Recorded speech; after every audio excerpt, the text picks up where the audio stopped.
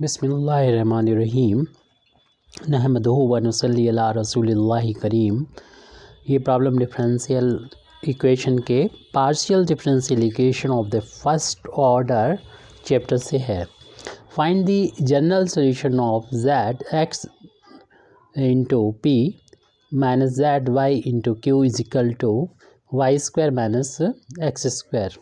हो सकता है कभी किसी प्रॉब्लम में z को यहाँ पर कॉमन लेके भी लिखा हुआ इस तरीके से एक्स पी माइनस का Y Q is equal to Y square minus X square. लेकिन हमको अगर ऐसा लिखा है पहले इसमें कन्वर्ट कर देंगे, यानी the given differential equation is वो लिख देंगे Z X P minus Z Y Q is equal to Y square minus X square. यानी हमें देखना होगा p का कोफिशिएंट, हमें देखना होगा q का कोफिशिएंट और बाकी चीज़ें जो x y का फंक्शन है यहाँ पर उसको राइट हैंड साइड में यहाँ पर ट्रांसपोज कर देंगे। मतलब ये x बाई z का फंक्शन हो सकता है, इसको हमने राइट हैंड साइड में ट्रांसपोज कर दिया है। z यहाँ पर इंडिपेंडेंट वेरिएबल है और यहाँ पर x और y जो होंगे वो डिपेंडेंट वेरिएबल हैं। हमको इस डिफरेंशियल इक्वेशन का सॉल्यूशन फाइंड करना है और यहाँ पर p और q x के रिस्पेक्ट में z का फर्स्ट डेरिवेटिव पार्शियल डिफरेंशिएशन को डिनोट कर रहा है और q जो होगा वो डिनोट कर रहा है z का डिफरेंशिएशन। p की value del z over del x होती है और q की value del z over del y होती है। ये हम कहना चाह रहे हैं यहाँ पर, तो सभी लोग इसको जानते भी हैं।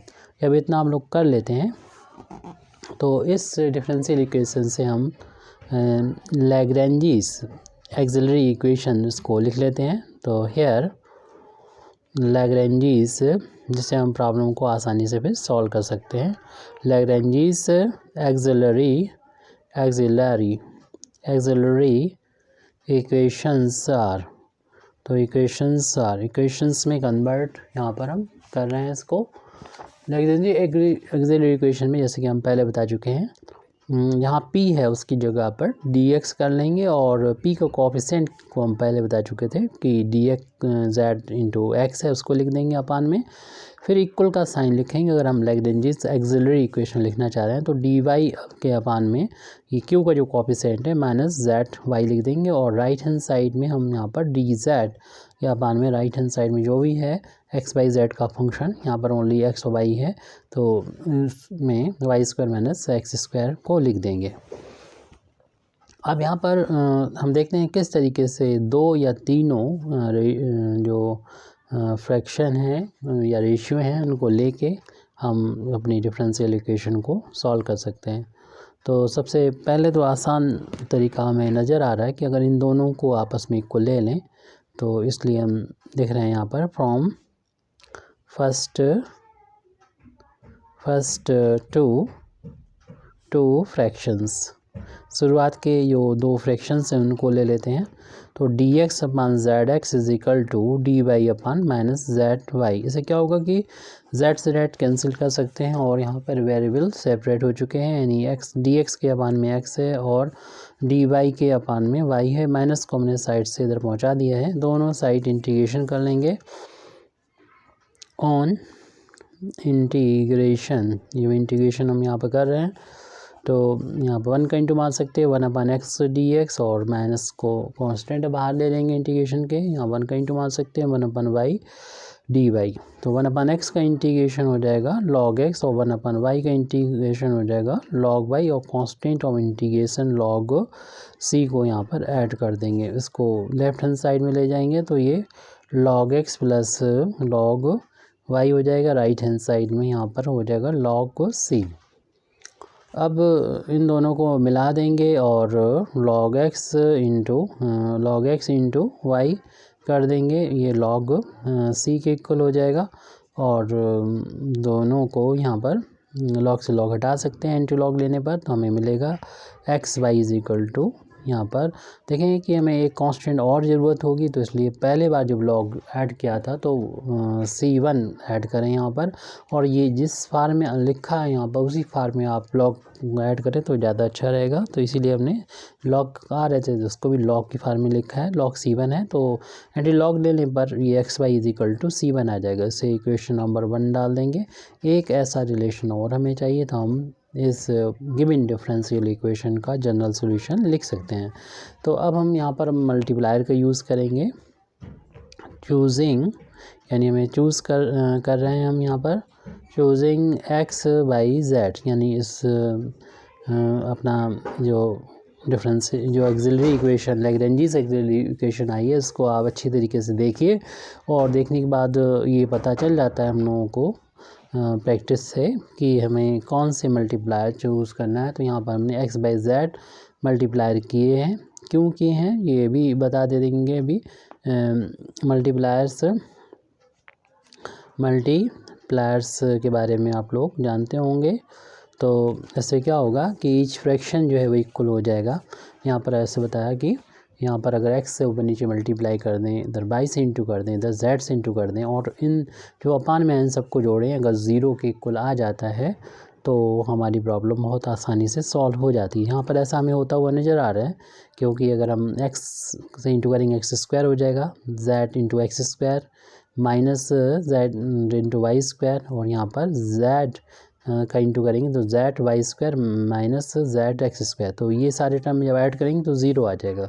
तो ऐसा ही हम लोग चाह रहे थे, ऐसे ही मल्टीप्लायर हम लोग ढूंढना करते हैं ताकि ज़्यादा से ज़्यादा सिंपल हो जाए हमारी प्रॉब्लम, यानी 0 आ जाएगा तो बहुत ही सिंपल हो जाएगी।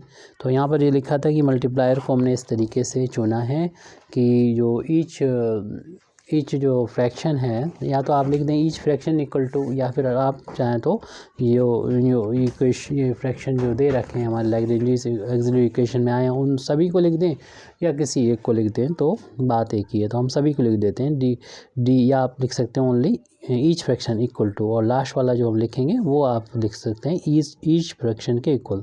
तो यहाँ पर हम सभी को लिख देते हैं, कोई बड़ी चीज़ यहाँ पर नहीं है, तो इसलिए हम यहाँ पर सभी फ्रैक्शन को लिख दिया। आप चाहें इन सभी को हटा के इसके यहाँ पर लिख सकते हैं ईच फ्रैक्शन, यानी सभी फ्रैक्शन इक्वल होंगे इसके, और वो किसके इक्वल होंगे, क्योंकि हमने मल्टीप्लायर का यूज़ किया है, यानी ऊपर नीचे हमने x का मल्टीप्लाई किया है, तो यहाँ पर x dx हो जाएगा, यहाँ से मल्टीप्लाई किया z/x² हो जाएगा। ऐसे ही हमने यहाँ पर y से ऊपर नीचे मल्टीप्लाई करके इसमें ऐड कर दिया है तो y dy हो जाएगा, और यहाँ पर y से इंटू किया है तो माइनस का ये z/y² हो गया, और यहाँ पर भी z से ऊपर नीचे इंटू करके इन्हें जोड़ दिया। यहाँ पर आपको मालूम है जो प्रोपोर्शन यानी रेशियो की जो प्रॉपर्टी है उसका भी यहाँ पर यूज़ करके इसको ऐसा करके लिख सकते हैं, ये आपको पता होना चाहिए। तो z का ऊपर नीचे इंटू करके यहाँ पर ऐसे लिखा जा सकता है। तो z का जब इंटू होगा इस पूरे इसमें तो y² माइनस x², तो ये वैल्यू जो होगी वो 0 के बराबर आ जाएगी, यानी न्यूमरेटर में x dx plus y dy plus z dz, और अपान में z का इंटू करेंगे तो ये वैल्यू कैंसिल होके 0 के इक्वल आ जाएगी। और ये किसी के भी इक्वल चल रहा हो, यानी ईच फ्रैक्शन जो है वो ईच फ्रैक्शन इक्वल है इसके, और जब 0 का इसमें इंटू करेंगे तो ये 0 हो जाएगा, तो ये वैल्यू जो है 0 के इक्वल आ जाएगी। तो दिस सिंपलाइज दैट, यानी 0 के इधर इंटू करेंगे 0, तो ये वैल्यू हो जाएगी x dx plus y dy plus z dz की वैल्यू 0 आ जाएगी। अब यहाँ पर हम लिख देंगे ऑन इंटीग्रेशन, और जब हम इसको इंटीग्रेट करेंगे तो टर्म बाई टर्म इंटीग्रेट हो जाएगी, x dx का इंटीग्रेशन हो जाएगा प्लस y dy का इंटीग्रेशन हो जाएगा, और z dz का इंटीग्रेशन हो जाएगा, और 0 का इंटीग्रेशन जो होता है वो कांस्टेंट लिख दें, C2 लिख दें, तो x की पावर 1 है। और या फिर देखिए यहाँ पर जब इंटीग्रेट यहाँ करेंगे तो जिस फार्म में ये आएगा उसी फार्म में आप इसको ऐड कर कांस्टेंट को लिख दें तो ज़्यादा अच्छा है। क्या फार्म होगी वो अगली स्टेप में क्लियर हो रही है, इसलिए तभी हम इसको लिखेंगे। वैसे हम C2/2 लिखना चाहिए इसे, क्योंकि इसका इंटीग्रेशन करेंगे तो पावर अभी 1 है, इंटीग्रेशन करते हैं तो पावर 1 ऐड हो जाती है, यानी 2 हो जाती है, अपान में भी वही आता है, ऐसे y² अपान में 2 आएगा और z² अपान में 2 आएगा। और यहाँ पर कांस्टेंट को भी हमें C2/2 लिख देना चाहिए, यानी यहाँ से C2/2 कर दें। यहाँ पर रीज़न नहीं पता हो रहा लेकिन यहाँ से दिख रहा है। तो 2 से मल्टीप्लाई करने पर आ जाएगा x² + y² + z² = C2। इसको हम इक्वेशन नंबर डाल देंगे 2, 1 हम इक्वेशन डाल चुके हैं, ये यहाँ पर इतना लिख दिया है। तो अब लिख सकते हैं from equation 1 and equation 2 the required, यानी जिसकी हमें ज़रूरत थी, द रिक्वायर्ड जनरल, जो पूछा गया था, जनरल सॉल्यूशन इज़, इसको हम इस तरीके से लिखते हैं फाई, और फार्म ये होती है कि phi C1, C2 = 0। Equation number 1 से C1 की वैल्यू, C2 की वैल्यू जो भी है वो लिख देंगे। हालांकि ये नहीं लिखना आपको, इस सिर्फ C1 की जगह पर जो इक्वेशन नंबर 1 से है उसकी वैल्यू है xy, और C2 की वैल्यू जो है वो लिख दें x² + का y² + का z², और राइट हैंड साइड में इसको 0 रख दें। ये सोल्यूशन है। हो सकता है कि कोई इस प्रॉब्लम को पहले सॉल्व करे फिर इसको सॉल्व करे, यानी इक्वेशन नंबर जो 2 हमने निकाली वो पहले सॉल्व करे, तो उसका जो आंसर है वो इस तरीके से लिखा है। तो ये आप समझ लें कि इसमें कोई गलती नहीं है, और ये x/y को बाद में लिख दें। तो इस तरीके से, और फंक्शन में फाई का इस्तेमाल करें या कोई और दूसरा फंक्शन, क्योंकि ये आर्बिट्रेरी फंक्शन होता है, आप कुछ भी ले सकते हैं, मान सकते हैं, तो कुछ भी यहाँ पर हो सकता है फंक्शन, लेकिन ये वैल्यू जो होंगी वो एक जैसी होंगी। मतलब जो भी सोल्यूशन कैसे भी लिखा होगा, इंटरचेंज तो हो सकता है, लेकिन आपको यहाँ फंक्शन का नोटेशन ये होगा या आगे पीछे ये हो सकता है। तो बस इस तरीके की प्रॉब्लम आपको मिल जाएगी, सॉल्यूशन मिल जाएगा, आंसर मिल जाएगा। Thank you very much Indeed for listening me. व आखिर दावाना अल्हम्दुलिल्लाहि रब्बिल आलमीन।